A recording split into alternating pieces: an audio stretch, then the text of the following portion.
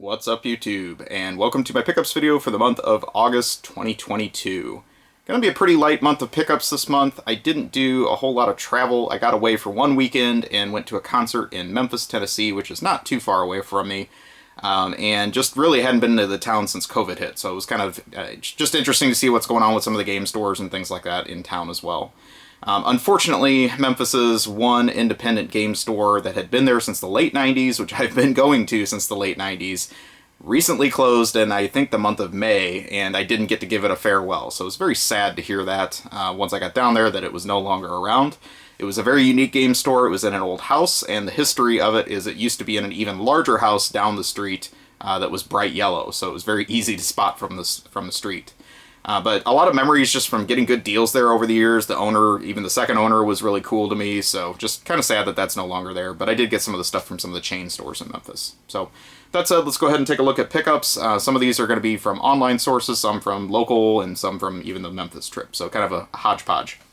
The first thing I got was a TurboGrafx game that I didn't have. This actually was from one of my local-ish stores, and this is Impossible.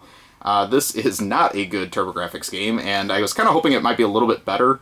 It's part of a long-running European computer series on like the ZX Spectrum called Monty Mole, and this was actually the 6th Monty Mole game in Europe that we got over here, the only one that made it to a home console here. So I thought it might be a little bit better. It is a 2D platformer, but it is very convoluted as far as some of the stage objectives. There's a lot of backtracking.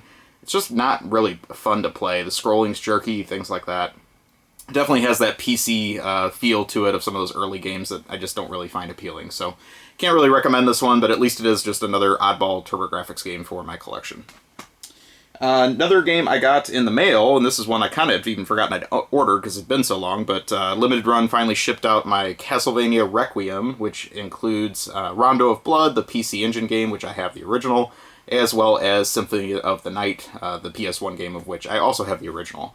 But I thought it'd be nice to have these on a modern console just to be able to pop in easily and play. Have been playing Rondo of Blood quite a bit. I really enjoy that game. It's one of my favorite in the series. I really do like the older style Castlevania games, the more just linear A to B type point-to-point style gameplay, I guess is what I'm trying to say.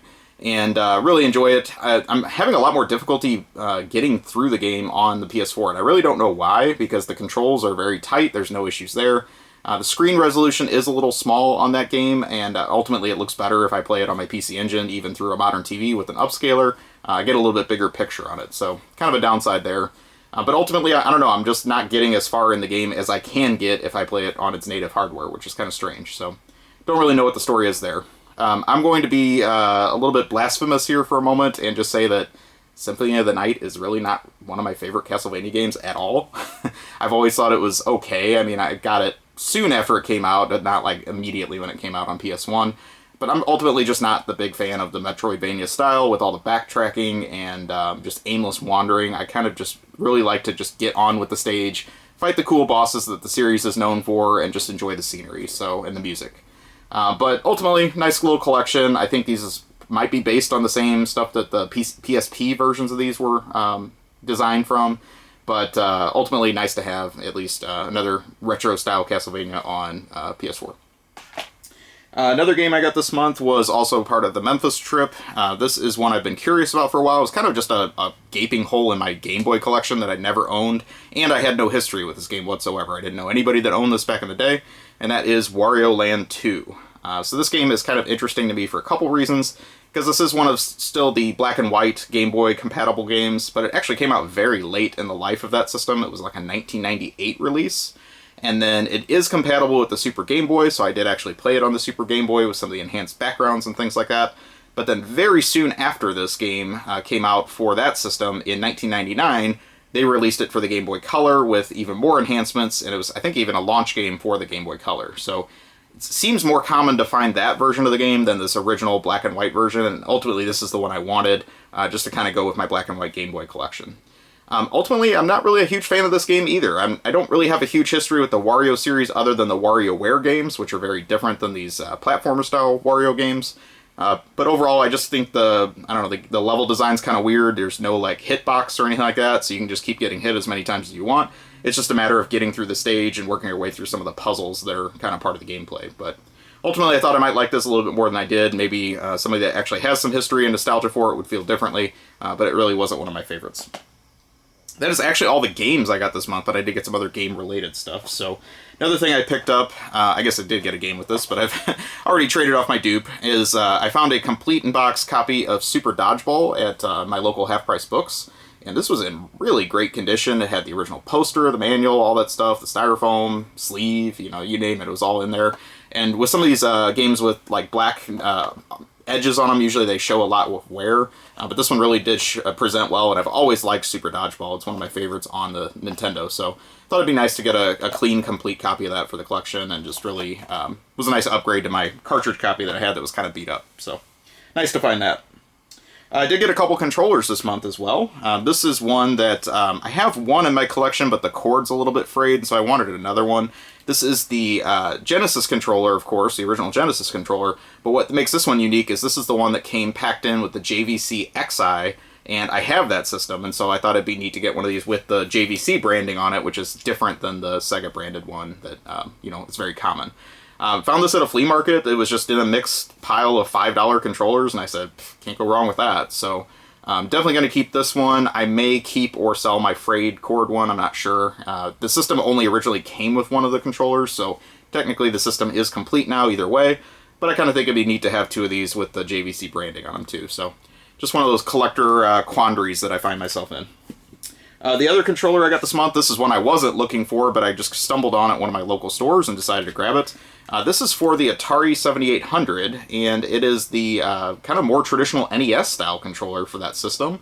My understanding is this was actually a European system exclusive. It might have gotten packed in with the system in Europe when they sold them over there, but I think here they still gave you the funky joypad, you know, controller type thing with the joystick on the end. And ultimately, this was more in line with, you know, them going head-to-head against NES, since the system lasted until like 89 or 90 or so. The form factor of it's actually pretty nice. It fits in the hand well. I've heard some complaints online about the button placement. They're kind of spread far apart, and so like if you're trying to, you know, play a game with a lot of rapid-fire stuff, it's not really the most comfortable thing for that. My 7800 is not currently hooked up, so this is on my, you know, future plans to get that thing hooked up and actually test this out.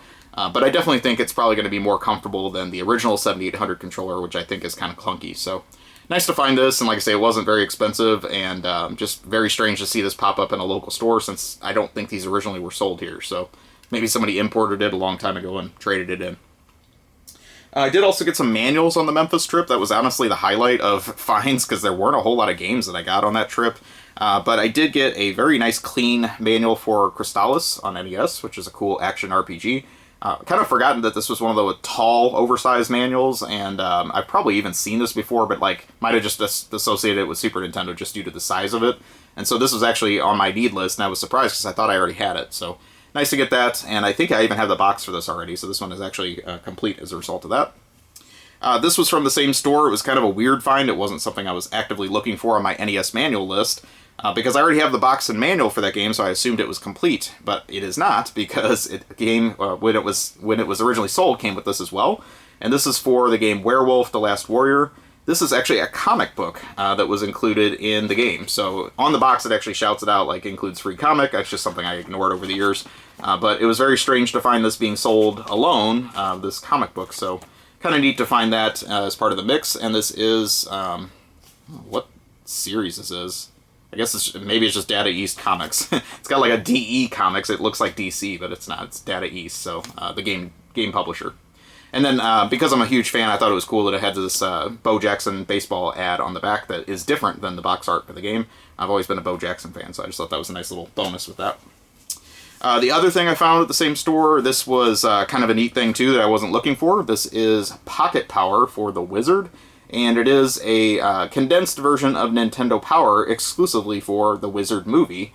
My understanding is this was actually given out to people that saw the movie in the theaters. I did not go see the movie in the theaters. I remember I wanted to, sort of, but I also thought it might be cheesy, which obviously it is. So I guess as a 9 or 10-year-old, I thought I was pretty mature and, you know, didn't want to go to that. But regardless, I rented it on VHS soon after once it hit the video store, and obviously didn't get this. But it is kind of neat. It's not mint condition or anything like that, but it does have, you know, just some of the typical Nintendo Power stuff, probably reprints from the normal issues, and then has, you know, stuff about the movie itself, interview with Fred Savage, of course, things like that at the beginning of it. So just kind of a neat keepsake, because I do like The Wizard now in retrospect, just for the retro thing, and, you know, kind of neat to find that, because I didn't know it existed. The last thing I got at that same store, just in their box of manuals, was the manual for the Sega CD backup RAM cart. I know you're thinking probably not very exciting, but I do think it's neat to get this, and then I still need to get the box for this as well, just to have it complete, but I do obviously have one or two of the RAM carts in my collection as well. So that was really it. I left Memphis without getting a whole lot of games, but I found that stack of manuals, and I was like, well, at least it's something, I guess. So that really does it for the month. I don't know what travel I have coming up in the next month, but hopefully I'll have some more interesting things to show. Thank you for watching. Please take a moment, like, comment, subscribe, let me know what you think, and I will talk to you soon. Have a great day or night, wherever you are.